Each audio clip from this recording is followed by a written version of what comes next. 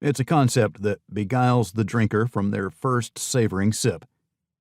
This is nice, but what am I missing? What is out there that I can't afford? What is out there that I can't find? Even if I could find that great whiskey, what if I don't have the palate to discern and appreciate it? These are the nagging questions that have fueled a boom in American whiskey not seen since the end of Prohibition.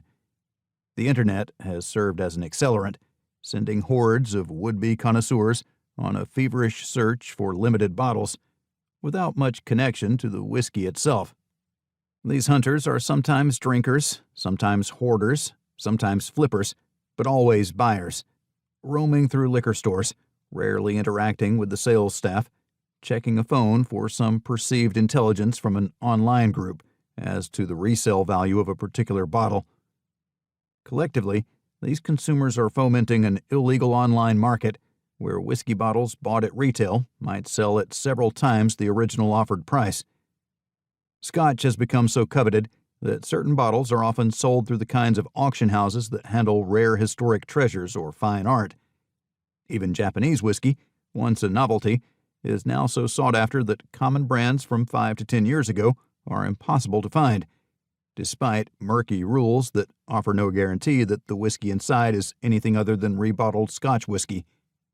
But don't tell the enthusiasts and collectors.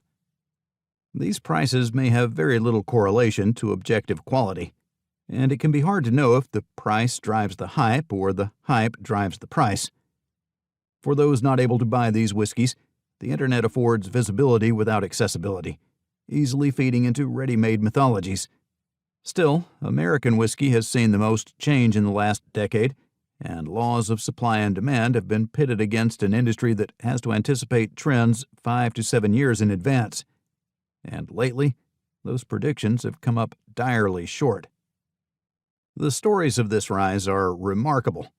Dixon Dedman, whose family ran a small inn in Danville, Kentucky, created a brand of whiskey to revive a label initiated by his ancient relatives, named Kentucky Owl.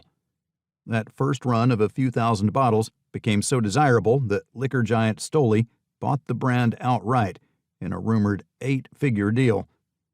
And if that weren't enough, the company is building a $150 million bourbon park designed by Pritzker Prize-winning architect Shigeru Ban, with aging pyramids, a convention center, a vintage dinner train around a limestone quarry, all on the promise of a few thousand cases, and in spite of the fact that the particular batch of coveted bourbon is long gone and will be impossible to replicate.